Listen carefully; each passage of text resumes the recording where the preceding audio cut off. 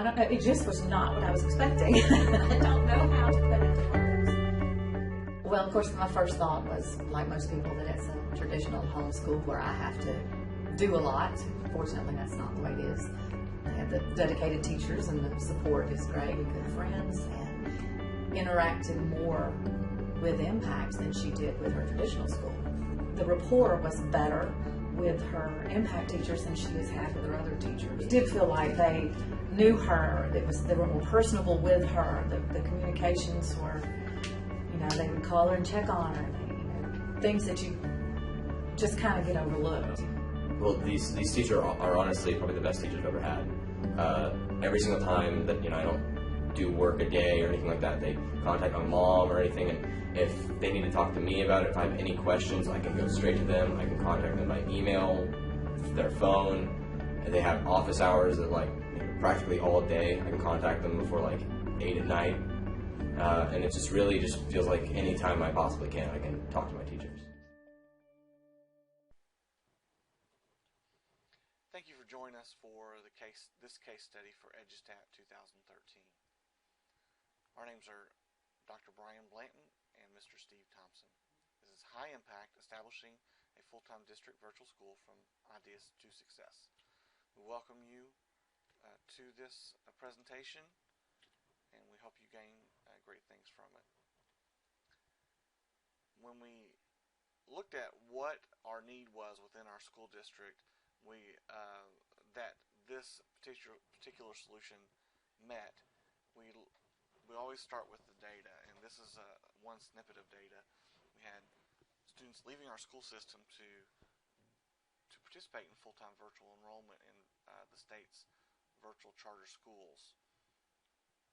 We also have a number of students in the school district that are what we call other schooled. They're homeschool or private school.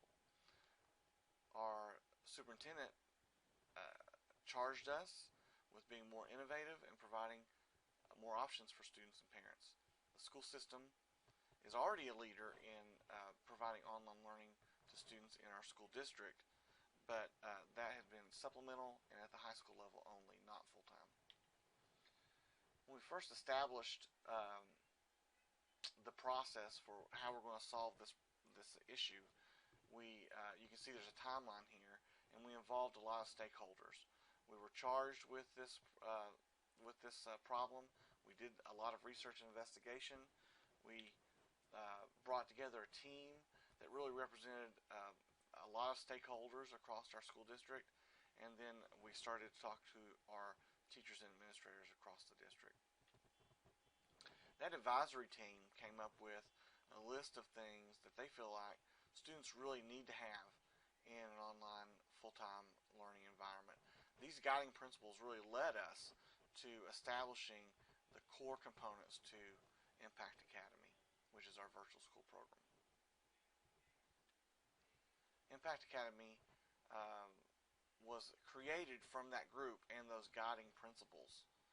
They said to us, we want kids to have face-to-face interactions with each other, not just online. So we put this field study piece inside of the program. It's embedded as a part of the program. We want frequent checks for understanding. So if a student doesn't understand, we know it right away. And you can see some of the other things that are established as part of the program. This is an infographic that we put together that shows really how this all works. And you can see that what happens is a student is either enrolled or gets enrolled in the school system, and they have a choice to either be fully online or part-time online. We have a career academy. They can take courses there, or they can take their elective courses at their high school if they have transportation, or they can take all of their courses virtually. But what that leads to is that the student is still a member of that student population at the school and can participate in everything from sports and extracurriculars to graduation. We established a prescriptive pyramid of academic intervention for students that participate in this program. So our logic model for this, and you can see this, we really thought about what are those pieces that we want to establish that are unique and are important to the program, and including that face-to-face time on the internet where students can get help that is synchronous in nature, frequent communication, college guidance, and opportunities for students to see each other face-to-face. We had some constraints and opportunities, and we do see them as opportunities, and it led us to adapt our program. As we've started to establish this program over the year, it has changed the culture of the school system. We've had adoption of this kind of learning that's happened throughout the school system, within the schools, and systemically we've adopted ubiquitous digital content throughout the school system. The program itself has tripled in enrollment from last year. You can see that we really do try to be reflective in this process. We feel like that we need to build better and more defined structures for support for students.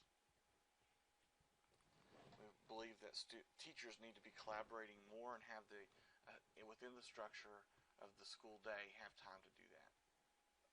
Some other reflections is that we need to bump up our orientation. So this summer, you can see a picture there. We have we've done one so far this summer. Had about 70 kids there. It's called Jumpstart, where we did fun but informative orientation for students. If you want more information, this is our contact information. But of course, we'll be